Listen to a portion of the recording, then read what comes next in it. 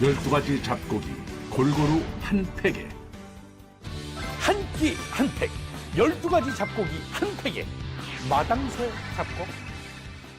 저칼로리 건강식 혼합 12곡, 지리산 알밤 밤 혼합 12곡, 소화 잘 되고 쫄깃쫄깃 영양 가득 검정 찰보리쌀, 혼합 12곡, 밤 혼합 12곡, 검정찰 보리쌀까지 고르기만 하십시오. 우리 땅 우리 농부가 직접 지은 100% 국산 잡곡 12가지 잡곡을 골라서 한 팩에 담은 마당쇠 잡곡. 100% 국내쌀 12가지 잡곡을 한 팩에 완전 밀봉해서 벌레 걱정 없고 눅눅하지도 않고, 그래서 맛있을 수밖에 없습니다. 12가지 잡곡을 골라서 한 팩에 담은 마당쇠 잡곡. 지금부터 정법시대 2부 순서인 이슈인을 시작하겠습니다. 이슈인은 한 주간 재판이나 법률 그리고 시사와 관련한 화제 인물을 모시고 심층적으로 살펴보는 코너입니다. 예고해드린 대로 이번엔 김진ang 의장입니다. 김 의장은 개성공업지구 지원재단 이사장을 역임하는 등 최고의 대북 전문가입니다. 12.3 내란 사태 후 북의 도발을 유도한 후 전시계엄으로 끌고 가려 했다는 의혹이 제기된 가운데 이 문제를 한번 집중적으로 짚어보도록 하겠습니다. 의장님 만나게 돼서 반갑습니다. 반갑습니다. 반갑습니다. 네. 정법시대는 처음입니다. 저희도 처음 오셨습니다, 네, 의장님. 네네. 자, 그러면은 이제 먼저 우리가 그 12.3 내란 사태 여진이 계속되고 있습니다. 예. 먼저 의장님은 이번 윤석열 일당의 내란 핵책을 좀 어떻게 바라보고 계시는지 모르겠습니다. 황당하다는 생각이 드나요? 뭐라고 해야 되나요? 저는 정치학자잖아요. 네. 대학에서 대학원에서 학생들을 정치학을 가르쳐요. 한국 정치를 전공했어요. 제 분야인데요. 그날 TV 보고 있는데 너무 당혹스러운 상황이잖아요. 첫 번째 감정적으로 제 입에 툭 튀어나왔던 세 가지 단어가 있어요. 미쳤구나. 미쳤구나. 총 어처구니가 없다. 어쩌고 야, 없다. 진짜 시대착오적이다. 이 생각, 이 방이 미쳤구나. 어처구니 없다. 시대착오적이다. 그게 사실은 다 포함되어 있죠. 네. 극단적 반민주, 극단적 반국민성.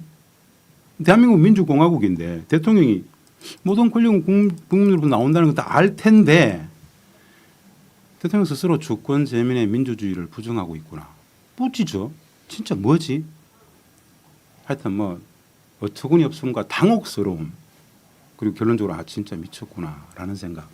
야, 참 그런 생각이었습니다. 참 안타깝습니다. 자, 하여간 그렇군요. 그러니까 12.3 내란 사태뿐 아니라 근데 지금 윤석열 일당이 획책한 것으로 의심되는 부분이 북의 도발을 유도한다는 부분 같습니다. 저는 내란죄보다 차라리 이 부분이 더 심각하다고 보거든요.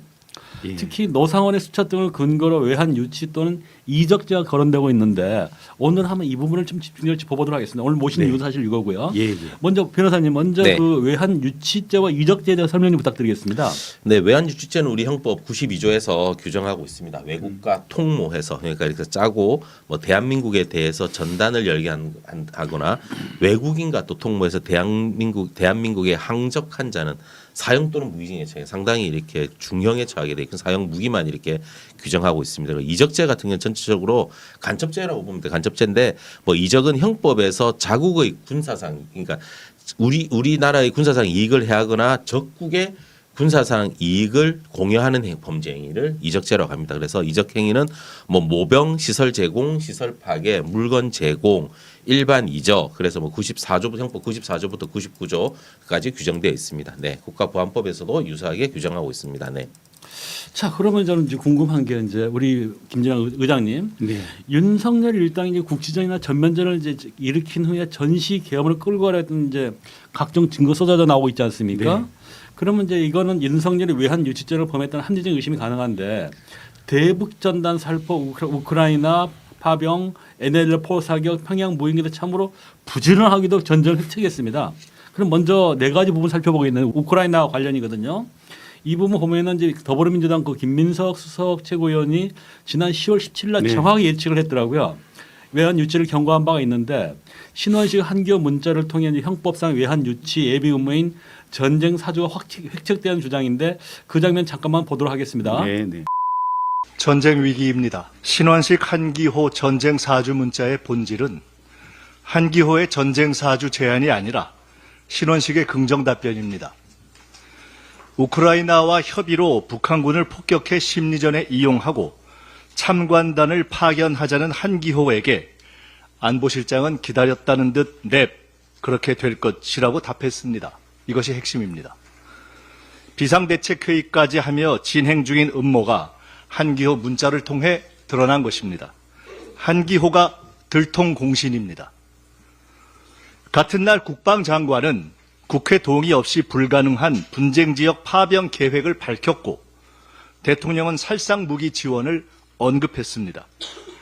김건희, 윤석열과 충암파에겐 다 계획이 있었습니다.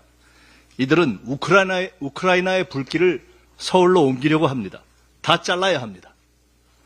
무서운 생존력입니다. 북한은 무인기 침범을 주장하며 보복을 경고하는데 충암파 방첩사령관은 학살자 전두환 사진을 걸었고 오물풍선 무방비 이전 책임 김용현은 차지철 존경을 떠들고 여당 대표조차 개무시한 대통령은 안 오던 국회에 와 김건희 결백과 반국가 세력 척결을 호소할 준비를 시작했습니다. 전쟁 사주든 계엄 시도든 정권 사수의 뭐든 하자. 이것이 돈과 칼, 정체불명 영적 대화만 믿는 김건희, 윤석열 패밀리의 본색입니다. 미국 정치 공백기인 11월 5일 미 대선까지 열흘이 최대 위기입니다. 음모는 계속될 것입니다. 무슨 짓이든 해온 자들은 무슨 짓이든 합니다.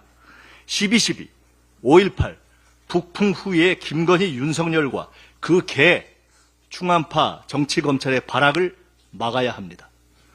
주말이면 각종 종교 집회가 열립니다. 일제와 독재와 싸울 때처럼 온 나라를 휘감은 전쟁, 계엄 음모, 이단 세력 척결을 위해 온 국민의 염원과 협력이 간절한 때입니다. 국민만이 방파제입니다. 지금 이 장면인데요. 지금 김채구의 이 같은 경고는 불과 2달 전입니다. 무섭더라 정확한 분석인데 제가 여기서 당시 심각하게 생각했던 건 윤석열 일당이 머나먼 유럽에서 사실상 같은 사회주의 국가의 러시아와 우크라이나 전쟁에 관심을 가졌던 거는 다름 아닌 계엄 명분을 얻기 위해서가 아니냐는 것이었다는 건데 이 부분은 어떻게 판단하실까요, 의장님은? 예, 뭐 이미 질문 속에 다 들어있죠. 단순화시켜 보면 오물풍선 타격하라는 문제부터 우리 무인기 보냈던 것, 병도 연평도 NLL 부근의 포사격 부분, 사실은 9.19 군사합의 문제 다 무력화하고 군사분계선에서의 모든 적대행위 다시 다 강화하고 활성화시켰죠. 제가 이 질문을 받을 때 말입니다. 사실은 우크라이나 전쟁에 여러 북한군 파병부터 여러 많은 다양한 뉴스들이 쏟아졌죠. 이걸 보면서 어떤 생각이 들었냐면은 야, 치밀하게 준비했구나. 특히나 군사주의적 관점에서 전쟁 계엄을 시도하기 위해서 굉장한 노력을 했구나. 그 부분이 안 되었기 때문에 비상계엄으로 갔구나라는 합리적 의심이 아니라 확실한 거죠. 사실은 북한군의 러시아 파병권도 마찬가지입니다. 팩트 체크해 볼 필요가 있어요. 어떻게 두 분은 지금 북한군이 1만 1,000명, 우리 국정원이 10월 18일 날 발표했던 것처럼 1만 1,000명의 전투병이 파병돼 있다고 생각을 하십니까? 어떠세요? 저는 여전히 회의적인 시각입니다. 이 부분은 우리 국민들한테는 이미 이제 상식이에요. 네. 이미 상식화 시켜놨어. 그러니까 과학적 진실로서의 팩트 체크와 관계없이 그건 이미 사실이에요. 이것은 그만큼 많이 앞서 나가 있는데 결정적인 크리티컬한 증거는 하나도 없어요. 여하간에 이 북한군의 러시아 파병을 가장 원했던 건 누굴까요? 젤렌스키잖아요. 네. 그리고 미국입니다. 네. 젤렌스키는 전황 자체가 압도적으로 당하고 있고 우크라이나 군 자체가 거의 소멸 직전이에요. 무기 체계도 다 소멸이에요. 예를 들어서 그 우크라이나의 모 장군이 BBC하고 했던 인터뷰가 있어요. 한 달 반 전에 나왔었어요. 그 중장이 뭐라 그랬냐면은 모든 전선에서 전면적으로 퇴각하고 있다.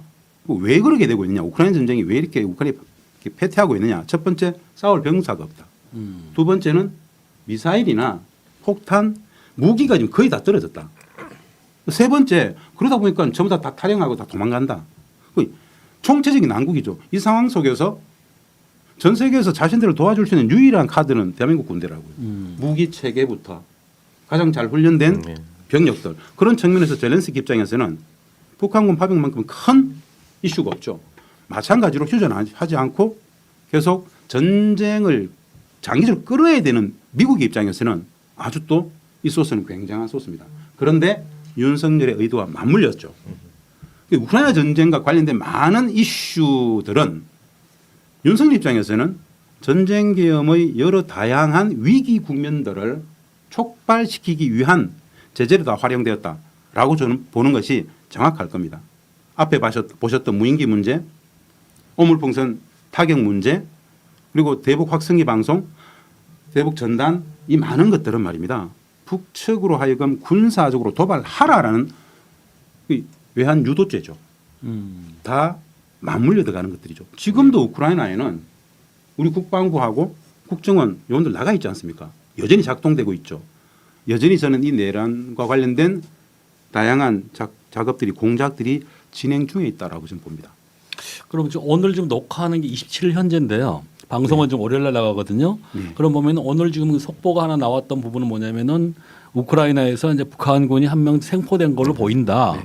뭐 그런 이제 주장이 좀 나와 있습니다. 그 부분은 어떻게 생각하실까요? 제가 10월 18일 날 우리 국정원이 대대적으로 북한군의 러시아 파병 1만 1,000명의 전투형 파병을 대대적으로 선전하고 난 이후에 나왔던 수많은 영상, 편지, 수많은 것들이 있지 않습니까? 그중에 어느 것 하나 확실히 맞다라고 볼 수 있는 건 아무것도 없습니다. 네. 편지가 어제 나왔어요. 그 편지가 북측 군이 썼다라고 어떻게 알아요? 안 되겠더라고요. 뭐 보세요. 러시아하고 섞여 있습니다. 그 자체가. 국군 정보사가 뭐 하는 곳입니까? 국군 정보사는 수십 년간 공작했던 부대예요. 이번에 HID 얘들 역할이 뭡니까? 조선인민군대 인민군복 입혀가지고 북측의 소행처럼 만드는 거잖아요. 네. 편지 하나 써가지고 이거 북측의 소행이라고 말이 됩니까? 그리고 각종 영상에 보면 말입니다. 이미 우크라이나 전선 심리전 부대가 만들어둔 내용들을 반러 유튜브들이라든가 반러 채널들 그쪽에서 확대 생산한 것을 그쪽에 나가 있는 우리 국방부나 우리 국정원 요원들이 받아가지고 연합뉴스에 던지고 연합뉴스가 그냥 확대 재생산하고 팩트 체크는 전혀 할 필요 없고 그런 악순환에 있다고 봐요.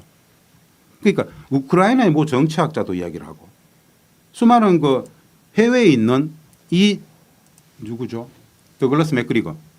더글라스 맥그리거라는 그 예비역 대령인데요. 트럼프 집권 1기 때 국방부 장관 고문을 했었습니다. 그리고 주 독일 대사 지명됐다가 민주당이 반대해서 안 갔는데요. 이 더글라스 맥그리라는 대령이 북한군의 러시아 파병 이야기는 우크라이나가 만들어낸 거짓이다. 계속 이야기를 해요. 그런데 이런 이야기들은 우리 국내에는 전혀 나오지 않아요. 팩트 체크가 진짜 필요한데 그 모든 것들은 윤석열의 이 전쟁계엄으로 가고자 했던 것의 소스로 계속 지금 활용되어지고 있다. 그런데 이게 또 미국적 이해관계도 맞물리고 젤렌스키한테는 그야말로 계속 이 부분을 확대 재생산해야 되는 소스다. 이렇게 봅니다. 믿을 수 없는 거짓 가짜 뉴스일 가능성이 굉장히 높다. 아니라고도 기라고 할 수 없는 상황이에요.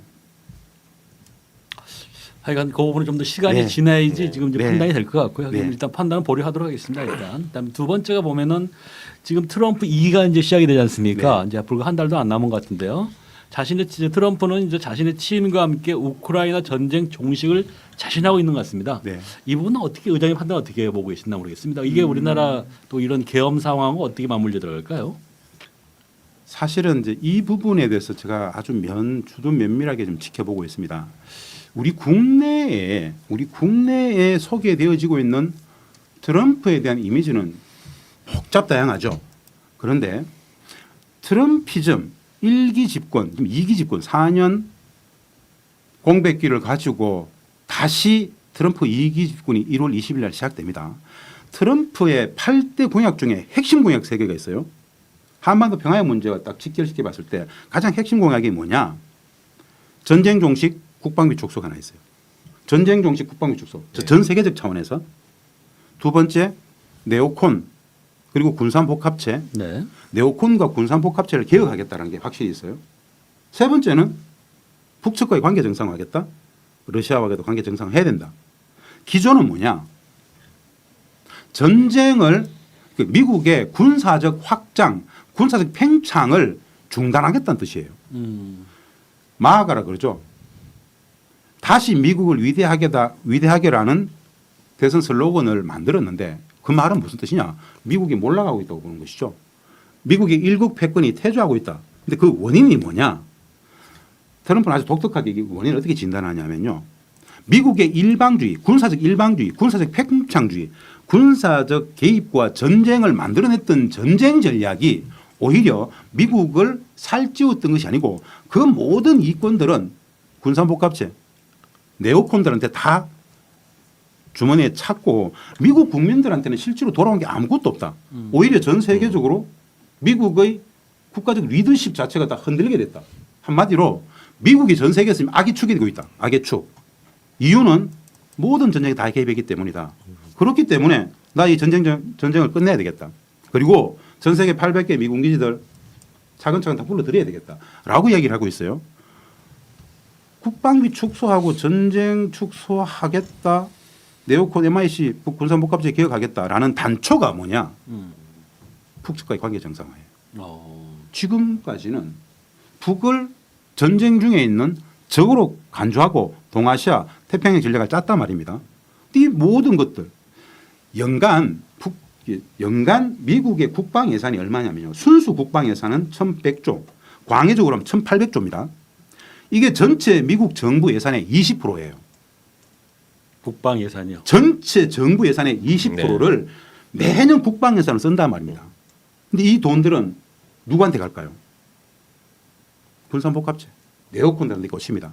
순수하게 매년 1조 달러, 우리로 치면은 1,400조 원이 군수산업가들한테 무조건 꼽힙니다, 그냥. 근데 그 무기 산업을 계속 유지하고 인마이 복귀시킨다 이거죠. 네. 그것을 미국의 사회복지정책, 미국 국내 경제에 쓰겠다라는 거예요. 그러니까 MIC나 군산복합체나 네오콘 입장에서는 트럼프는 원수죠. 네. 죽일 놈이죠. 그래서 죽이려고 했잖아요. 그렇다고요. 총을 쐈죠. 자, 트럼프는 단순해요. 미국을 다시 부흥시키겠다. 전쟁 끝내고 제조업 재건하면서 전쟁 산업, 무기 산업 말고 실제로 미국 국민들한테 도움이 되는 그것에 투자하겠다는 뜻이에요. 그 모티브로서 북측과의 관계 정상화를 하고 우크라이나 전쟁 끝내면서 러시아와 관계 정상화하면은 물적 토대 환경을 만들 수 있잖아요. 가장 비근한 예로 말입니다. 우리 평택에 캠프 험프리스 있죠. 캠프 험프리스는 전 세계에서 가장 거대한 가장 압도적으로 큰 미군 기지입니다. 그런데 저 캠프 험프리스는 우리 국민들도 잘 모르는데요. 전 세계 미군의 순환 배치의 거점입니다. 전 세계 미군들이 캠프 험프리스 왔다가 중동으로 가고 유럽으로 가고 아프리카로 가고 막 간단 말입니다. 잘 한번 생각해 보세요. 전 세계에 있는 800개 미군 기지를 축소하겠다는 측면에서 보면은 트럼프 입장에서 캠프 험프리스 손댈 수 있어요. 그런데 캠프 험프리스를 갑자기 뺄 수 있습니까? 못 빼잖아. 네. 명분이 필요해요. 그 명분이 뭐죠? 주한미군이 왜 들어와 있습니까? 이게 한반도가 전쟁 중이잖아요. 네. 북측이 전쟁 중이잖아. 그럼 트럼프 입장에서는 53년 7.27 휴전협정이 미국, 북한, 중국인데 네. 미국이 북측과 관계 정상화를 시도하는 과정 속에서 전쟁 끝내고 관계 정상화 과정 속에서 캠프 험프리스 문제를 풀 수 있겠죠. 그리고 전 세계 미군들을 축소시킬 수 있겠죠. 맞물려 들어가는 단초가 북측과의 관계 정상화이기 때문에 지금 이미 트럼프는 대북 특사를 임명했습니다. 네. 그러면 1월 20일 취임과 더불어 속도를 내려고 하지 않겠는가. 네. 그렇기 때문에 우리한테는 한반도의 전쟁을 끝내고 평화의 문제를 다루는 우리 입장에서는 여하간에 트럼프는 우리에게 굉장한 기회로 작동될 수 있다라고 저는 해석을 하고 있어요. 자, 그럼 그 관련해서 하나 제 개인적인 질문인데 네. 이게 트럼프가 이제 환미 부담금, 주둔 부담금을 갖다가 10조 정도로 올리겠다고 지금 공언을 하고 있는 거 아니겠습니까? 자, 그러면 예를 들어 가지고 제 개인적인 생각인데 자, 그러면은 제가 만약에 협상 당사자라면 10조 올려라 한다. 그러면 현재 2만 명이야. 그래요. 나 우리 1조밖에 이제 뭐 1조밖에 없으니까 2천 명으로 줄어져. 이렇게 하면 어떻게 되는 겁니까? 아니 지금 우리 대표님 진짜 똑똑하죠. 이런 논리 이미 이야기하고 있어요 우리가. 아 그런가요? 당연히 어. 우리들 입장에서는 여러 가지 이제 보관이 있어요. 이제 이 이야기를 하기 위해서는 전제가 있어야 돼요. 윤석열 탄핵이 기각되면 어떻게 됩니까? 더 큰 혼란이 나오겠죠. 더 큰 혼란 아닙니다. 전쟁입니다. 그냥. 그러니까 전쟁이 그냥 전쟁입니다. 네, 네. 이제 그냥 무조건 전쟁입니다. 네, 네. 그래, 전쟁을 그럼 걸어간다고. 속내를 물어보겠습니다. 트럼프는 윤석열의 탄핵을 원할까요, 원하지 않을까요? 당연히 탄핵해야죠. 당연히 원합니다. 원하겠죠. 네. 원합니다. 컨트롤 전쟁. 안 아주 크게 네, 원합니다. 네, 네. 왜? 윤석열은 군사주의자잖아요. 네. 군사 도발해가지고 막 정쟁을 유도하잖아요. 네. 트럼프는 안정이 필요하단 말입니다. 그렇죠. 자, 탄핵이 안 되는 국면 속에서 윤석열은 트럼프한테 맞추려고 그러겠죠. 트럼프는 취급도 안 할 겁니다. 10배, 20배를 부를 거예요. 어차피 속된 말로 트럼프는 윤석열을 인간 취급하지 않습니다. 그야말로 알아서 슬슬 길 거 아닙니까? 요구할 거예요. 그런데 그 조건이 아니고 탄핵이 인용이 되었어요. 새로운 정부가 수립됐다 칩시다. 그때를 상정해서 이제 대책을 마련해야 되겠죠. 그렇죠. 그랬을 때 10배를 부르겠다 공언하고 있어요. 그럼 우리가 이렇게 얘기하면 어떨까요? 이란 사실은 방위분담금이라는 자체가 법률적 근거가 없어요. 네. 안 줘도 돼요. 그랬을 때 이란 트럼프 대통령 당신도 전 세계 미군기 축소가 기조 아니냐. 지금도 남아 도는 돈이 방위분담금이고 이 우리가 내는 방위분담금이 주일 미군 기지 비용까지도 됩니다. 매우 불합리하다. 차라리 미군 빼라라고 이야기하면 어떻게 될까요? 또 보수 쪽에 난리가 나겠죠. 난리가 나겠죠. 네. 난리가 날 거예요. 그 기조를 가지고 현재의 수준에서 당신들이 요구하는 거 못 준다. 그럼 그만큼 빼라라고 이야기하는 것은 매우 현실적인 이야기고 그 답변은 트럼프가 원하는 답변일 겁니다. 10분의 1을 줄여달라. 트럼프가 원하는 네. 답변일 거라고. 왜? 일단 미국 빼고 싶잖아요. 네, 네, 네. 트럼프는 미국을 빼고 싶어 한단 말이야. 그런데 우리가 명분을 만들어주는 것이죠. 돈 더 내놔라. 돈이 필요한 만큼 더 빼가라 그랬을 때 네. 옳다구나. 자들이 빼락한다라고 미국 의회라든가 미국의 네. MIC 군사목합체 네오콘들한테 대한민국이 빼락하잖아 빼자라고 하면은 트럼프도 우리도 상호 윈윈하죠. 저 군사주의적 관점에 있는 애들 같은 경우에는 말도 안 된다 그러겠지만은 우리 입장에서는 그렇게 접근하는 것이 아주 현실적인 답변이다. 네. 대표님의 이야기가 가장 현실적인 접근 방법이다. 자, 그러면 할수 있죠. 예, 좋습니다. 그러면 그렇게 미군이 10분의 1로 축소가 됐을 때 네. 영내 한반도 영내 안정에 대한 유지되는 건 문제가 없을까요? 어떻게 판단하시나요? 예. 미군이 없으면은 미군이 다 빠지면은 네. 오히려 이 지역에 평화가 오는 거 아닙니까? 저는 이제 그렇게 생각하는데 근데 보편적인 분단 체제의 전쟁을 끝내지 못한 이 전쟁 체제를 살아가는 국민들의 보편적인 상식 속에서는 주한 미군이 북측과의 관계 때문에 있다고 생각하잖아요. 이제는 좀 똑똑해져야죠. 주한 미군이 왜 북측 때문에 있습니까? 네. 중국이라든가 러시아 대선 전쟁기지잖아요. 네. 아무도 주한 미군이 있기 때문에 이 지역의 군사적 불안 요인이라고 생각해 보면 해답입니다. 이거 맞잖아요. 예를 들어서 대한민국의 국방력과 북측의 국방력을 단순 비교하는 것 자체가 웃겨요. 그런데 WFP라고 전 세계에서 모든 나라의 군사력을 측정했던 기구가 있어요. 월드 파이어 파워. WFP가 2022년도에 발표를 했었어요. 대한민국의 군사력은 세계 5위 정도 된다. 대한민국이 세계 5위 정도 네. 된다는 거예요. 경제력은 당시에 9위 10위였죠. 독자적으로 남과 북이 전쟁을 한다는 상정 자체는 사실은 할 필요가 없습니다. 다 죽습니다. 그렇잖아요. 네. 이 문제 말고 주한미군이 있음으로 해서 우리는 어떤 또 다른 전쟁 위험이 있는 줄 아세요? 중국과의 전쟁 위험이 있죠. 네. 러시아와의 전쟁 위험이 있죠. 미군이 있음으로써 중복되어지는 더 큰 많은 전쟁 위험을 안고 가는 것이 주한미군 문제입니다. 이 본질을 우리 국민들이 알아야 됩니다. 주한미군이 있기 때문에 전쟁 위기가 있다. 그럼 빼는 것이 네. 안보를 위해서 평화를 위해서 더 맞죠. 네. 그 이전 단계로서 해야 될 게 있어요. 종전선언입니다. 최소한 종전선언 네, 네. 정도는 순차적으로 민주주의 개혁 정부 들어오게 되면은 여러 가지 신뢰 구축을 쭉 하는 과정 속에서 한 번도 전쟁을 못 끝내봤지 않습니까? 트럼프는 싱가포르 합의 때 2018년 싱가포르 합의 때 김정은에게 종전평화협정을 한다 그랬잖아요. 트럼프도 약속 지키려고 할 거예요. 네. 문재인 대통령도 4.27 판문점 선언 당시에 김정은 위원장하고 올해 안에 종전 선언 하자고 합의했었거든요. 종전 선언의 문제는 원포인트로 할 수 있어요. 전쟁이 끝났기 때문에 이제 주한미군 필요 없다라고 얘기할 수 있지 않겠습니까? 전쟁이 끝났기 때문에 주한미군 주둔군 지역장 소파 문제가 있다. 방위비 문제 있다. 한미 상호 방위 조약도 이제 전쟁이 끝난 마당에 새롭게 재조정하자라는 근본 환경을 바꿀 수 있겠죠. 그렇다라면은 트럼프 대통령이 북측과 관계 정상화할 때 제일 먼저 꺼낼 게 종전선언일 겁니다. 북이 원했던 건 종전선언이었잖아요. 네. 전쟁 끝내자. 그러면 그거를 갖고 전쟁 끝났으니까 주한미군 문제보다 많은 문제들을 풀자라고 이야기할 때 오히려 진짜 평화를 위한 안보가 시작된다라고 보죠. 주한미군은 오히려 전쟁의 화근이 된다라는 인식을 도화선이다. 네. 다이나마이트다. 네, 네, 예. 네. 네, 좋습니다. 그러면은 지금 이제 그 관련해서 이제 어떤 그 하나 뭐 보니까 이번에 그 북이 그 도발에 넘어오지 않은 게 트럼프를 믿고 좀 더 기다리자는 그런 이제 의미도 있었을 것이라는 얘기가 있더라고요. 네. 그러니까 트럼프가 이제 대화를 좀 할 수가 있으니까 개망나니처럼 윤석열이 개망나니 돌고 있지만은 좀만 참자. 개망나니. 뭐 좋은 표현인데. 네. 뭐 그런 게 적용하지 않았나는 분석도 있더라고요. 이 부분 어떻게 생각하시나 모르겠습니다. 예, 북측은 여러 다양한 생각을 할 텐데 먼저 우리 정법 시대를 보시는 정치자분들께서 북측의 전략적 의도를 좀 읽을 필요가 있을 것 같아요. 뭐냐? 첫 번째, 북은 윤석열 정부와 윤석열 대통령을 어떻게 평가하는가라는 겁니다. 이미 출범했을 때 딱 이야기했어요. 취임하고 딱 윤석열 정부 취임했을 때 뭐 선제 타격 이야기하고 북을 갑자기 적대시했잖아요. 그렇죠. 그랬을 때 북측이 공식적으로 발표했던 윤석열 대통령에 대한 평가가 있어요.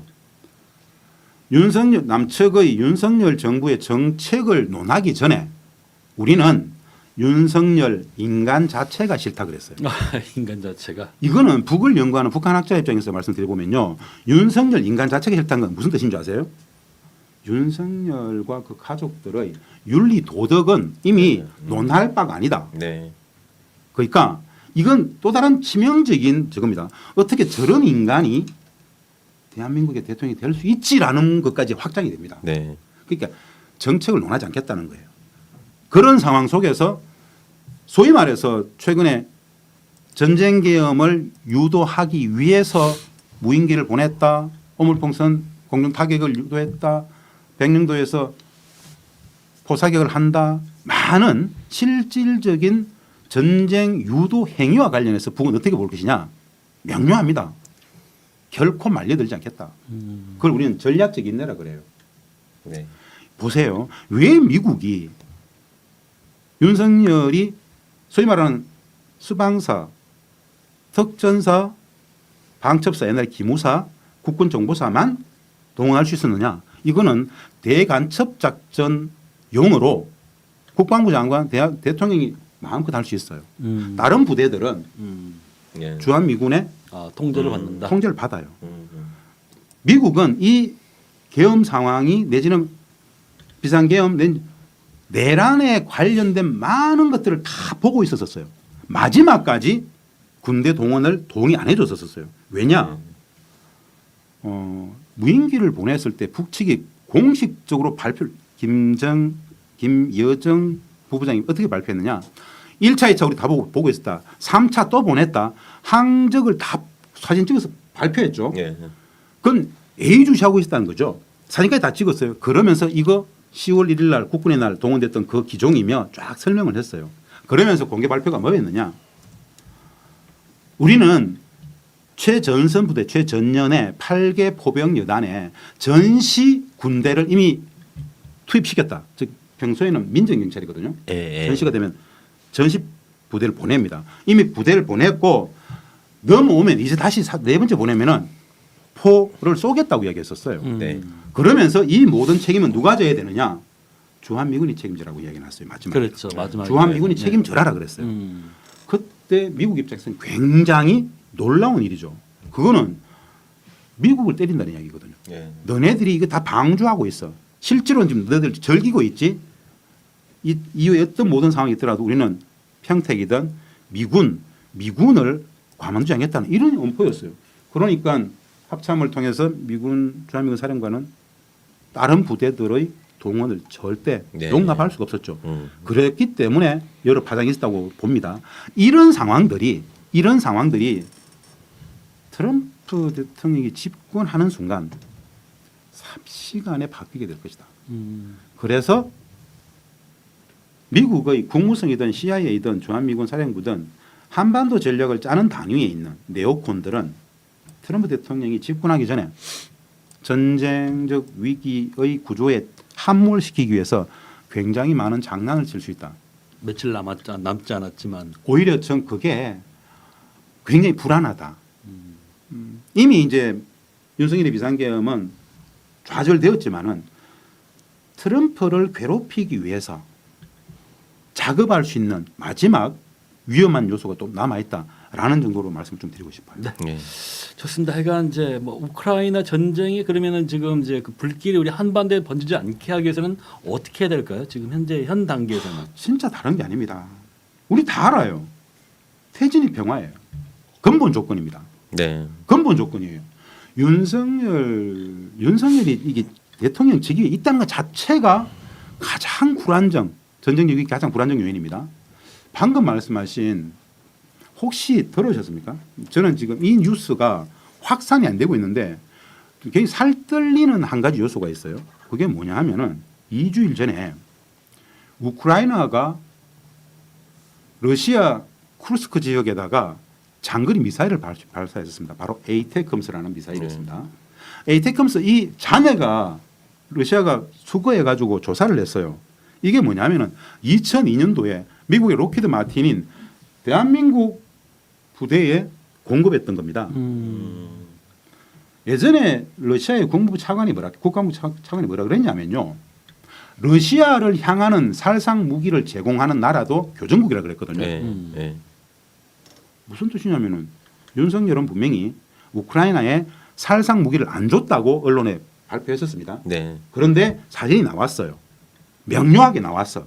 추적해 보니까 우리가 록히드 마틴으로부터 2002년도에 공급받았던 에이테컴스의 장거리 미사일이에요. 네. 그럼 러시아니 조사 끝났단 말이에요. 아직 발표를 하지 않고 있어. 네. 이론상은 이미 러시아가 국방부 차관이 얘기했던 교전국 관계에 들어와 있는 거예요. 이거 생각하면 외환 유도죄가 아니라 러시아를 전쟁 중의 상대방으로 지금 딱 만든 거예요. 누가? 윤석열이. 우리 국민들이 지금 몰라요. 러시아가 이걸 공개 이제 발표하면서 조사를 했는데 대한민국 정부가 우크라이나 안 줬다 그랬지만은 우크라이나가 언제 발사했던 그 잔해를 분석했는데 딱 나와요. 지금 우리 저 구글에서 검색하면 나옵니다. 에이테컴스 잔해. 그 번호가 일련번호 다 나와요. 이거 대한민국이 준 거다. 향후 대한민국은 우리에게 적이다라고 딱 간주하는 순간 어떻게 될 것 같습니까? 네. 우리는 윤석열도 국방부도 이런 생각을 할 거예요. 자, 멀리 우크라이나 전쟁터가 멀리 있겠지라고 생각하죠. 진짜 제정신이 아닌 거예요. 네. 무슨 뜻이냐? 러시아의 극동군 사령부는 블라디보스톡 하바롭스크입니다. 거기에서 초음속 미사일이 서울 상공에 도착하는데 3분이면 끝나요. 이거 상상하고 있어요. 상상할까요? 용서할 수 있어요. 네. 이게 주한미군이 왜 엄청난 전쟁적 위기의 화근인가?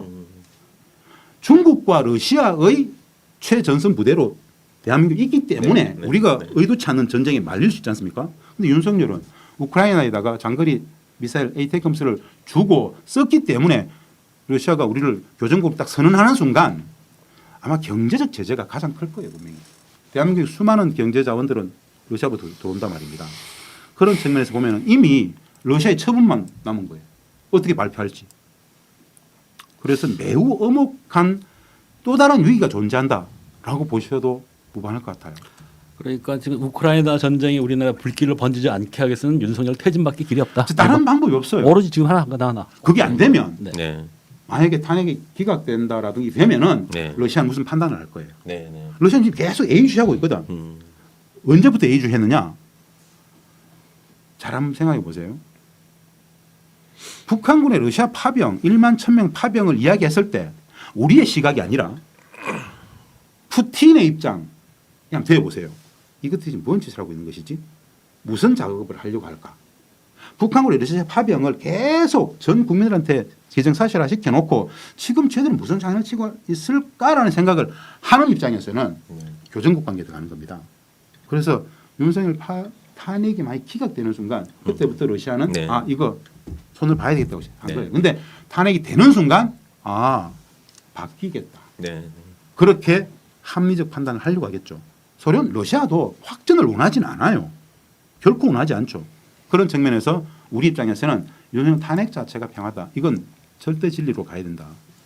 네. 동의합니다. 자, 그다음 제가 보면은 이제 일단 외환 유치 그리고 도로 우크라이나 문제 끝까지 짚도록 하고요. 그다음에 이제 윤석열 일당이 이제 외환 유치 그건 이제 이뿐이 아닌데 먼저 NLL에서 포사격 문제가 심각했던 것 같습니다. 우리한테 잘 알려지지 않았던 문제인데 실제 그 내란 설계자로 지목된 노상원 씨는 NLL에서 이제 북한 공격을 유도하는 메모를 수첩에 남기기도 했고 우리 경우는 9.19 군사 합의 효력을 정지한 뒤 곧바로 서북도서 인근 NLL에서 포사격을 뭐 제기했다고 하는데 이 부분 우리 의장님 설명 좀 듣도록 하겠습니다. 뉴스에 다루어지지 않기 때문에 국민들은 잘 모르는 이야기죠. 참 이 부분은 진짜 막 열불 터지는 영역이에요. 맞아요. 지난 6월부터 시작해가지고 계속 이어져 왔어요. 그러니까 뭐 통상적으로 우리 해병대가 백령도 연평도에서 뭐 자주포 쏘고 다이나믹 로켓 쏘고 했겠지라고 생각해요. 통상적인 게 아니에요. 거의 7년 만에 6년 10개월 만이에요. 9.19 군사 분야 합의 그 이전부터 안 했었습니다. 왜냐 예전에도 이 영역에서 수많은 분쟁이 있었기 때문에 NLL은 분쟁의 바다잖아요. 먼저 NLL 인근에서 포사격 훈련을 한다라는 보도가 있으면은 그것 자체가 북측의 군사적 도발을 유도하는 행위로 간주되어질 수 있다는 걸 아셔야 돼요. 우리 국민들은 NLL을 영해선으로 보잖아요. 네. 사실은 영해선이 아니거든. 국제법적으로도 그래요. 우리의 상식의 NLL은 영해선인데 우리 상식인데 북방 한계선 Northern Limit Line 이건 클라크 라인이라고 한국 전쟁 말미에 클라크 미군 사령관이 휴전협정을 지금 체결을 하는 마당인데 이승만은 휴전협정 반대하고 휴전 안 한다 그러니까 미군 사령관이었던 클라크가 대한민국 해군은 더 이상 이 선 위로 올라가지 마. 북방 한계선 더 이상 그 위로 가면 안 돼. 라는 미군이 우리 해군을 통제하기 위해서 그었던 선이 NLL이에요. 그런데 이거를 북측한테 군사 붕괴선이라고 강요해왔던 게 네. 우리였어요. 네. 그러니까 사실은 이건 전제 자체가 잘못됐죠. 그럼 거기 NLL에다가 포를 쏜다는 건 뭡니까? 응사란 이야기잖아요. 네. 북한 근데- 용토에다가 포를 쏘고 있다는 얘기네요. 예. 이게 연편도 포격 사건부터 많은 그 진원지입니다. 네. NLL 자체가. 그래서 사실은 이걸 근본적으로 해결하기 위해서 분쟁의 바다를 평화의 바다로 바꾸자 해서 노무현 정부 때 저희들이 나서가지고 NLL 전체를 네. 공동 어로를 할 수 있는 네. 평화 수역으로 묶었단 말입니다. 2개월 만에 들어왔던 이명박이 다시 그 부정해 버렸죠. 네. 그 다시 분쟁의 바다로 갔는데 말씀처럼 지난 6월부터 7년 만에 이 정부 들어와 가지고 똑같은 전쟁 계엄으로 가기 위해서 북이 응사했을 경우에 바로 계엄 때려 가지고 어떻게 작업을 하려고 했겠죠. 그런 측면에서 병영도 연평도에서 네. 아주 이례적으로 많은 훈련이라고 하면서 포사격 훈련부터 많은 것들이 있었다. 네. 우리 국민들이 아셔야 될 것 같아요. 그러니까 참 저는 이상한 게 이 보수 정권만 들어가면은 전쟁을 못 이겨서 안달이 나는 것 같아요. 전쟁 체제를 유지하기 위해서 그래야만 살 수 있죠. 그래야만. 분단 체제는 전쟁 체제잖아요. 네. 네. 이런 제가 늘 주장해요. 안보가 있어요. 평화가 있어요. 국민행복이 있어요. 국민행복, 안보, 평화의 가치 중에서 가장 궁극의 가치는 국민행복이에요. 국민행복을 위한 안보, 국민행복을 위한 평화죠. 그럼 안보와 평화가 있어요. 안보는 소극적 평화의 상태고 평화는 적극적 안보가 구현된 상황인데 평화를 위한 안보잖아요. 안보를 위한 평화가 아니에요. 네. 방금 말씀처럼 대표님 말씀처럼 소위 말하는 저는 보수 정부로 얘기 안 하는데 안보를 이야기하면서 평화를 깨고 있어요. 그건 네. 가짜 안보예요. 네. 거짓 안보라고. 이 뭐냐? 이 안보는 무슨 안보냐? 한반도가 전쟁 체제잖아요. 전쟁이 안 끝난 휴전협정 체제. 전쟁 체제를 전쟁 상황을 지키겠다는 안보예요. 즉 거짓 안보죠. 네. 평화를 깨는 안보다. 이거는 윤석열은 어떻게든 전쟁 상황을 유지하겠다라는 거예요. 그래서 주장을 하잖아요. 대한민국에 종북 세력이 있는데 그들의 말만 입만 띄면 하는 이야기가 있다. 종전을 주장한다. 그들은. 종전을 주장하는 인간들은 다 종북 세력이야 라고 몰겠다는 거잖아요. 종전이 뭐예요? 전쟁을 끝내겠다는 거잖아. 종전. 네. 종전 선언은 문재인 대통령 때도 했고 트럼프도 북측 했던 거예요. 우리가 약속을 못 지켰죠. 종전 선언을 주장하면은 종북 세력을 몰겠대요. 전쟁 끝내겠다라는 것을 종북 세력을 몰겠다는 뜻은 무슨 뜻이냐? 전쟁 체제를 계속 지키겠다는 거죠. 네. 가짜 안보. 그 국민들은 인간 존엄도 없이 국민 존엄도 없이 전쟁 체제를 살아라는 이야기예요. 진짜 말도 안 되는 거죠. 네. 그러니까 참 이번에 좀 아찔했던 게 보면은 2010년도 연평도 포격 사건 같은 경우도 똑같아요. 똑같은 것 같아요. 당시에 이제 그 이번에 보면은 이제 MBC 그 보도를 보게 되면 박덕훈 유엔 주재 북한 차석 대사가 2010년 11월 24일 이렇게 얘기를 하거든요. 남측이 먼저 우리 북한 영해에 수십 발의 포탄을 쏘았다. 이게 NLL입니까 아니면 북쪽 수역입니까 이게 당시 이게?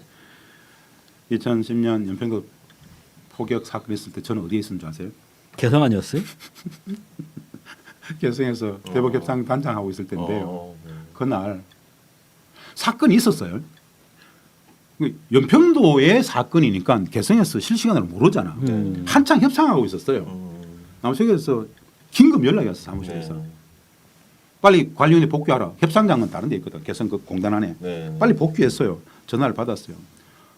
북측의 반응이 뭐냐. 뭔 말인지 모르겠어 내가 지금. 북측의 반응이 뭐 모른단 말이냐. 뭘 빨리 TV 틀어보라는 거야. 그 관리원에서 옆방에 남측 TV 다 나오니까 네. 틀어보니까 연기가 나고 막 다 봤죠. 그러니까 네. 뭐야? 리얼이야 이거? 그래서 여기 매우 평온하고 북측 협상단 애들도 아무도 모른다 지금. 그러니까 초동 조치를 빨리 할게 끊고 나서 다시 북측 협상대표 불러가지고 소식 들었냐니까. 뭐 이러는 거야. 데리고 돌아가지고 데리고 돌아가지고 뉴스를 실시간 보고 네.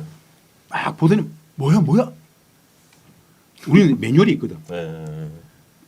남측에서 막 온 본사에서 다 전화 막 공장에 다 전화 오고 막 그래 다 긴급 소집해가지고 경거망동하지 말고 조용하고 막 네. 조사했어요. 그하고 다음 날 협상 대표 나가니까 막 저를 막 성토하는 거야 북은. 가만히 있다가 우리 개성공단급만 이야기하자. 네. 방금 이 말씀이에요.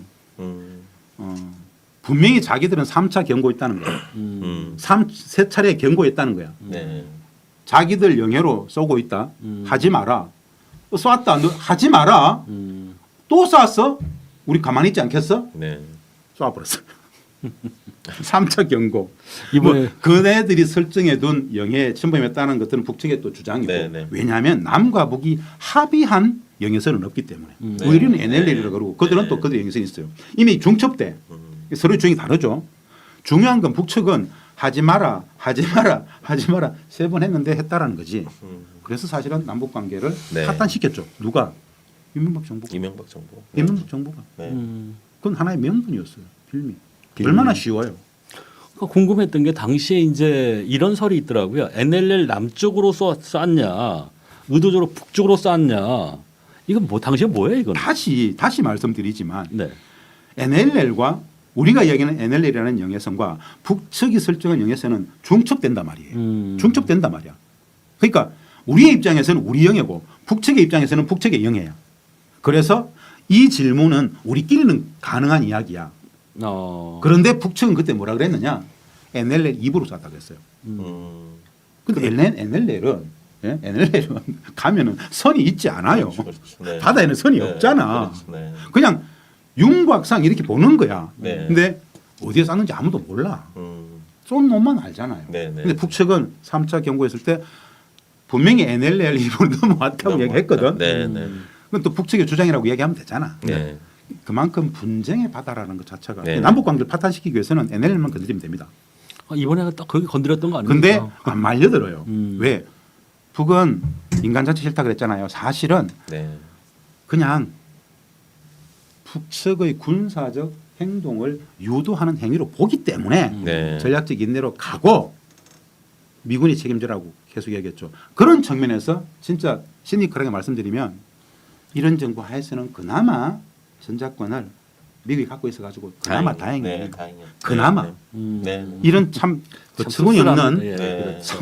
네. 아유, 할 말은 아닙니다 사실. 네. 네.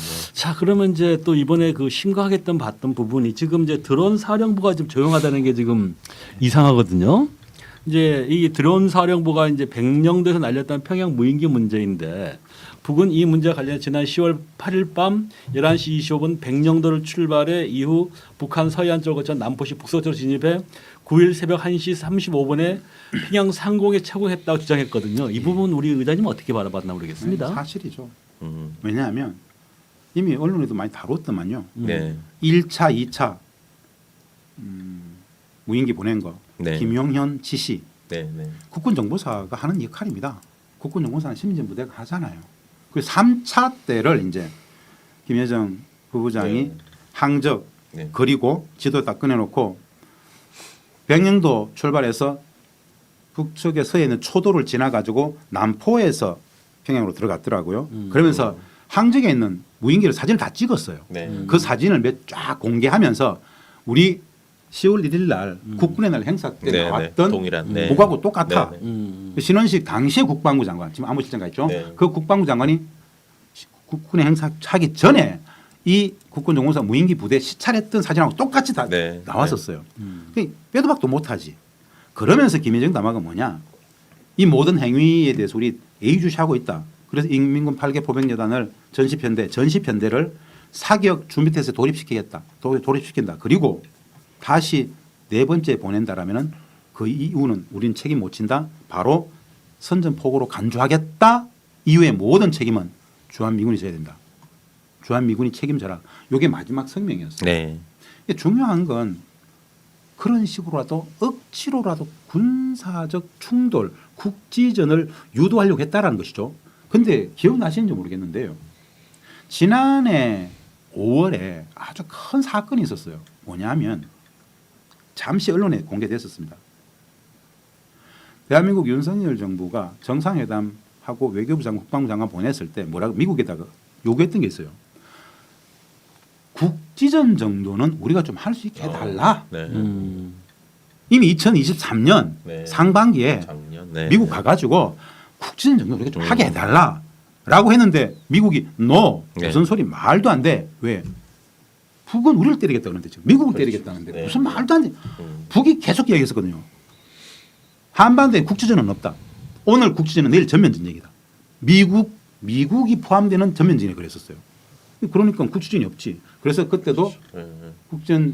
국전 정도 우리가 할 수 있도록 좀 독자적인 전쟁 수행 능력을 달라고 윤석열 정부가 요구했는데 노라 그랬거든요. 언제부터 준비했을까요 그러면? 그렇죠. 네. 그것도 안 된다. 그러면은 우리가 안 돼. 그러면은 뭔가 계속 덜 쑤셔 가지고 유도할 수밖에 없잖아요. 그래서 자행된 것들이 우리가 호물풍선을 대북 전단을 보낸다라든가 무인기 드론을 보낸다라든가 군사 분계선에서 하지 않기로 했었던 모든 훈련, 포사격, 전면을 다 굴고 군사 합의를 전면 무효화시킨다라든가 평양도 연평도에서 코앞에다 대고 분쟁의 바다에 계속 포를 쏜다라든가 이건 뭐 대놓고 이제 좀 쏘라는 거지. 옛날에는 이회창이 네. 대선에 나왔을 때는 외국에서 만나가지고 야 50만 불 100만 불 줄 테니까 표전선에서 총 좀 쏴줘. 이게 총풍이잖아요. 네. 그런 식으로 만나서 총 쏴달라 그랬잖아. 네. 네. 지금은 그 대놓고 그냥 총 쏘고 가고 있는 거고. 그때 총 쏴달라 그랬잖아요. 네. 어? 돈 줘가면서. 돈 줘가면서 네. 네. 그거를 북측이 다 공개해버렸잖아요. 네, 맞습니다. 네. 이따위 짓들을 한다면서. 네. 근데 지금은 이게 분단 체제죠. 이게 전쟁 체제죠. 우리 국민들의 보편적인 상식 기준으로 본다라면은 말도 안 되는 범죄 행위잖아요. 네. 자, 그러면 이번에 보게 되면 이제 그 당시 무인기가 소음이 심해서 이제 작전 투입이 불가능한 기체라고 했거든요. 그렇게 얘기가 나오는데 그 맞나요? 저도 그 뉴스를 통해서 그냥 들었습니다. 근데 왜 소음이 굳이 왜 소음이 있는 걸. 있는 거를 보냈을까요? 뭐예요? 들키라는 거 아닙니까? 들키려고 그렇죠. 하는 거죠. 네. 그만큼 허접한 게 아니고 네, 굉장한 굉장한 계산을 하고 네. 보낸 건데 네. 진짜 우리가 웃고 있지만 이래도 되는 거예요. 얼마나 그 위험한 그러니까요. 짓거리입니까? 위험한 네. 짓거리가 아니고 네. 저는 이걸 어떻게 생각하는지 아세요?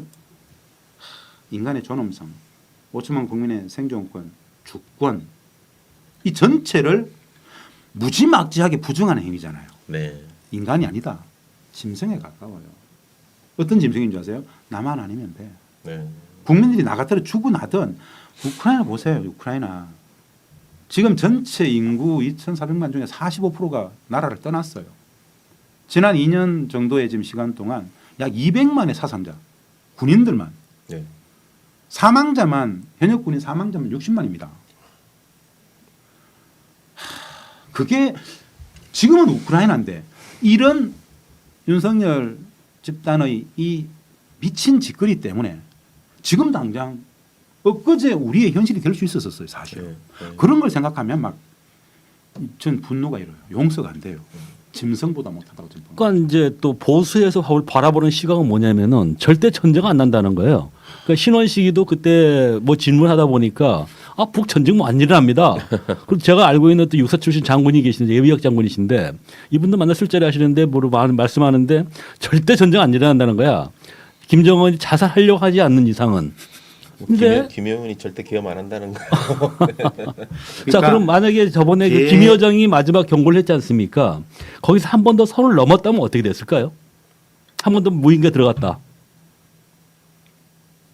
미군이 타격받았겠죠. 바로 미군 기지 쐈을까요? 저기 이거를 이제 북을 알아야 되는데요. 북은 원래 1월 15일 날 김정은 위원장이 최고민이 나와가지고 지난해 12월 27일부터 3박 4일간 조선노동당 당중앙회 전원회의 최종 결산으로서 남과 북은 80년 관계사를 회고해 봤을 때 더 이상 민족인의 동pon이 말하지 않겠다. 전쟁이 눈앞에 와 있다 지금. 우크라이나 전쟁, 가자, 중동 모든 걸 얘기하면서 한반도에도 지금 당장 전쟁이 나도 이상하지 않다. 이거는 관념적인 추상적인 이야기가 아니다. 눈앞에 현실로 전쟁이 다가와 있다. 이 상황 속에서 더 이상 남측을 동포로 이야기 못하겠다. 이미 전쟁 중에 있는 적대 국가 관계 들어왔다. 전쟁 중에는 자비가 없다. 네. 무슨 뜻이에요? 전쟁 중에는 자비가 없다. 그래서 우리는 결코 먼저 선제적으로 공격을 하지 않을 것이다. 먼저 전쟁을 일으키지 않을 것이다. 그러나 전쟁을 걸어온다면 결코 피하지 않겠다. 그러면서 확실히 준비하고 있겠다. 걸어오면 완정하겠다 그랬어요. 이게 그 말일까요? 전면전까지 가겠다는 얘기였네요. 그 전면전은 어떤 거냐? 북이 상정하는 전면전은 우리가 꼭 알고 계셔야 돼요. 남북의 전쟁이 아니에요. 대한민국 군을 움직이는 건 누구죠? 미군이죠. 미군이잖아요. 네. 미국 대통령을 움직이게 하기 위해서는 반드시 미국 본토를 때려야 되는 전쟁이에요.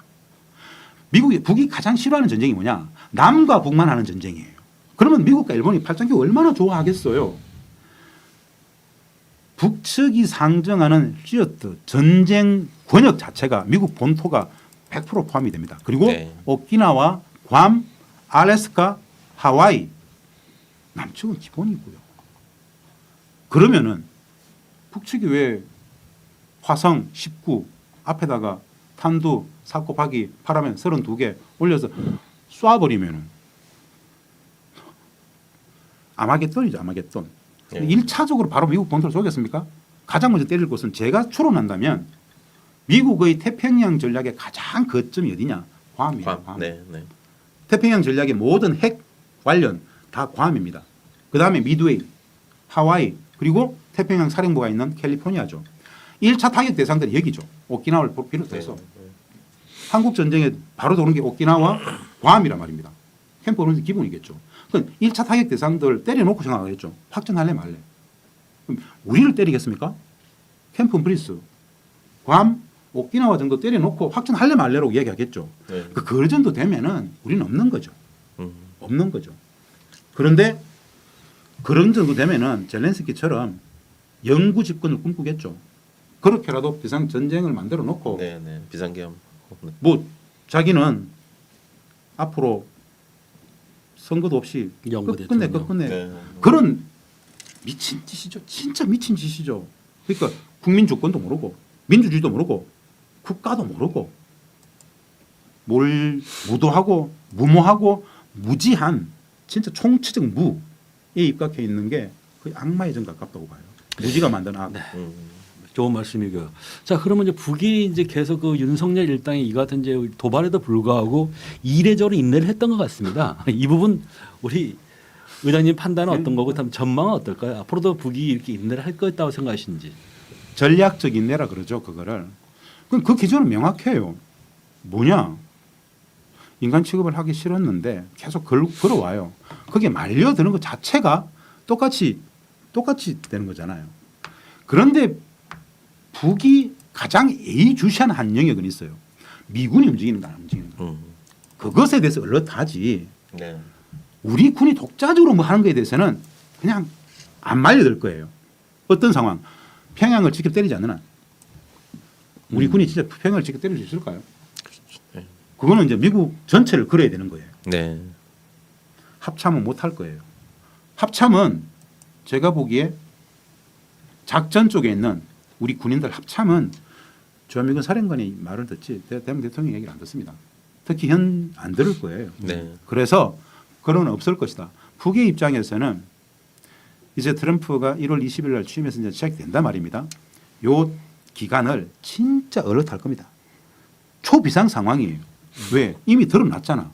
북측의 군사적 도발을 유도하기 위해서 우리가 1차적인 많은 북의 입장에서는 도발이잖아요. 많이 깔았잖아. 네. 똑같은 행위를 한다고 보지 않겠습니까? 그러면 1월 20일 실질적인 트럼프 집권이 시작이 되고 나서 주한미군 사령관을 통해서 지침이 새롭게 내려오기 전까지는 끝끝내 계속 얼릇하고 있을 거예요. 그리고 웬만해서는 말려들지 않으려고 할 것이다. 그렇게 좀 봅니다. 그러면 이제 그 트럼프 집권 후 이제 대북 관계는 어떻게 전개될 걸 우리 바라보고 계시나 모르겠습니다. 예, 아까 한번 말씀드렸죠. 저는 솔직히 이제 내년 1월 7일 날 공개적으로 2025년 한반도 평화 실천 전략 제안이라고 공개 강연을 준비를 하고 있는데요. 우리는 대한민국은 탄핵 정부, 진짜 중차된 기류가 하나 있죠. 탄핵 정부. 근데 미국에는 트럼프 2기 집권이 시작됩니다. 네. 국제 강관 전략이 있어요. 이 상황 속에서 내년이 해방 80년이기도 하고 분단 80년이죠. 그런 관점에서 어떻게 평화를 만들어낼 것인가라는 관점에서 트럼프 2기는 우리에게 굉장한 기회일 수 있다. 우리가 진짜 잘하면 기회로 만들 수 있다. 왜냐? 아까 말씀드린 바와 같이 트럼프는 8가지 핵심 공약 중에 3가지가 국방비 축소, 전쟁 중단, MIC 군사복합제 내역권 개혁이에요. 이것을 하기 위해서 국방비도 축소하고 미군도 철수시키고 모든 전쟁을 끝내기 위해서 대북관계 정상화를 이야기하고 있단 말입니다. 북측과의 관계 정상의 핵심은 종전입니다. 전쟁을 끝내겠다는 거 알겠습니까? 그러면서 워싱턴과 평양에 북측과 미국의 대표부를 상호 개설하겠다. 트럼프는 4년밖에 안 남았어요. 내년 1년 안에 하려고 할 거예요. 그리고 이미 트럼프는 김정은을 3번 만났어요. 다 해봤어. 6일 싱가포르 합의 때도 종전선언 협정을 김정은에게 약속을 했다가 네오콘이 반대해가지고 실천을 못했지 않습니까? 이런 부채의식도 있어요. 트럼프는 김정은에게. 그리고 하려고 할 거예요. 트럼프가 북측과의 관계 정상화를 쭉 추진하는 과정 속에서 우리가 민주개혁 정부가 들어온다라면은 상승작용 시킬 수 있겠죠. 종전의 문제를 풀 수 있다고. 즉 우리보다도 트럼프는 미국을 정상화시키기 위해서 어떻게든 미국을 정상화시키기 위해서 군사 팽창주의 포기하고 군사 불러들이고 전쟁하지 않겠다라는 상황 자체가 지난 80년 역사 속에서 미국에 이런 대통령은 없었어요. 군사적 확장주의였거든. 우리 입장에서는 적극 활용해야 되지 않겠습니까? 네. 그렇다라면은 저는 개인적으로 80년 분단 역사 속에서 내년은 우리가 어떤 민주개혁 정부를 만드냐에 따라서 최고의 기회를 만들 수 있는 해가 될 수도 있다. 그걸 만들 수 있도록 트럼프는 미국 대통령으로서 미국 우선주의를 취하겠지만은 그 전략을 우리가 100% 이해하고 우리의 국익을 최대화시키기 위해서 평화를 만들기 위해서 역할을 할 수 있다라면 충분히 가능하다. 그 실천 전략 프로세스 제안을 내년 1월 7일 날 공개 특강으로 제안하려고 준비하고 있어요. 저도 그 부분을 갖다가 관심을 가졌던 건데 이렇게 네. 역으로 생각하거든요. 만약에 윤석열 정권이 만약에 그대로 더 갔으면 2년 6개월 더 갔다 하면은 못해요. 트럼프 네. 정부하고 계속 계속 갈등하면서 부딪히는데, 예. 한미는 끝났을 거예요. 네. 10배 줘야 됩니다. 네. 그렇죠. 네. 10배 줘야 돼요. 예, 10조든 100조든 달라면 다 그럴 줬을 거예요. 네. 네. 근데 그럼에도 불구하고 윤석열이 약간 도는 바람에 하면서 오히려 네. 한국에 큰 기회가 오지 않았나. 엄청난 기회죠. 네. 근데 이게 우리가 어떻게 이 기회를 위기를 갖다가 이제 기회가 될 건데 그 살리는 게 중요할 것 같은데. 저는 그렇게 썼어요. 안 그래도 초대장을 오늘 썼는데 엄중한 위기가 있고 네. 엄청난 기회가 함께 병존하는 해가 2025년이다. 우리는 반드시 기본 전제로서 윤석열 탄핵을 반드시 시켜야 된다. 탄핵 못 시키면 어마어마한 위기로 갈 것이다. 곧바로 전쟁이 이어진다 봐야죠. 합니다. 네. 무조건 합니다. 네. 북도 그때는 전략적인 안 할 거예요. 계산이 해답이 안 나오잖아. 결코 그거 막아야 된다. 그럼 우리가 먼저 탄핵이 평화다는 관점에서 그걸 하고 트럼프가 북측과의 관계 정상 안 갈 때 우리는 완벽히 붙어가지고 같이 밀어버리는 상황. 그럼 우리는 그냥 신압으로 네. 평화를 만들 수 있다고 보는 거죠. 그걸 잘 준비했으면 좋겠다고. 네. 자 끝으로 뭐 시청자들에게 또 하고 싶으신 말씀만 좀 부탁드리고요. 그 다음에 그 지금 뭐 우리 의장님께서 계속 그 백두산 기행을 준비하시던데 그것도 뭐 광고 한번 하시죠. 네. 사실은 남북관계 전문가잖아요. 국민행복만 쭉 이야기하는 과정 속에서 드리고 싶은 이야기는 내년 한 해를 어마어마한 80년 분단 역사를 종집을 찍을 수 있는 전쟁 시절을 끝낼 수 있는 한 해로 만들어보자. 그래서 엄청난 위기도 있고 엄청난 기회도 있다. 그 기회를 만들어내기 위해서 1월 7일 날 한반도 평화 실천 전략 전망하지 않습니다. 분석하지 않습니다. 이렇게 가자. 아주 프로세스를 딱딱 제안할 거예요. 트럼프의 집권, 우리 탄핵 상황, 북측의 강관 입장 이걸 어떻게 버무려내서 주권자의 입장에서 만들어낼 것인가를 공개 제안하는 특강을 합니다. 1월 네. 7일 하재에 있습니다. 어디서 하나요?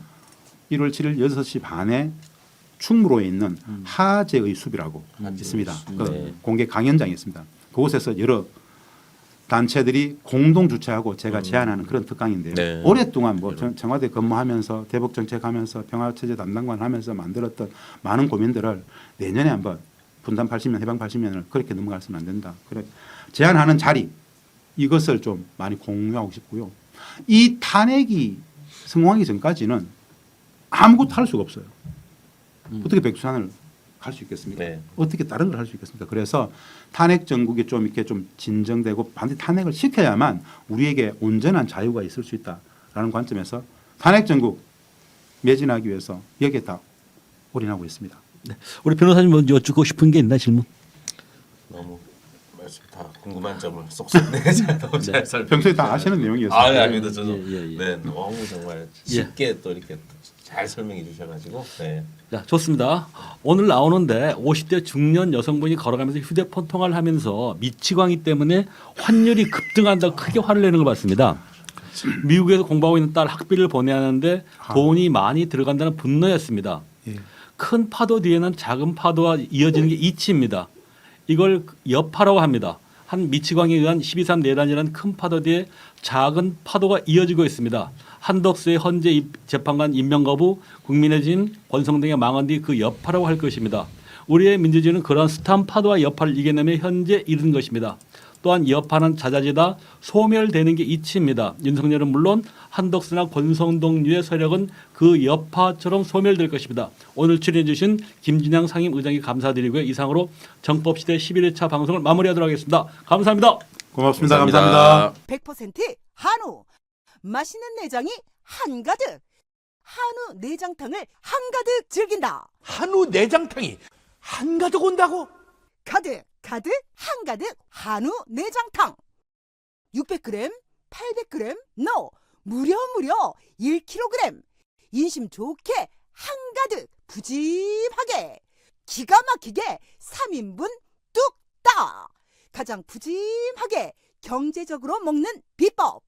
줄 서서 먹는다는 바로 그 맛집. 맛의 비결 그대로. 이거 한우라니까 한우 내장탕. 100% 한우 사골 육수. 100% 한우, 대창, 막창, 염통, 쫄깃한 깐양, 흑양까지 가득가득. 국내산 청정 배추 우거지 아낌없이 투하. 비법 양념장까지 담아내면 한우 한가득 담은 한우 내장탕 납시오.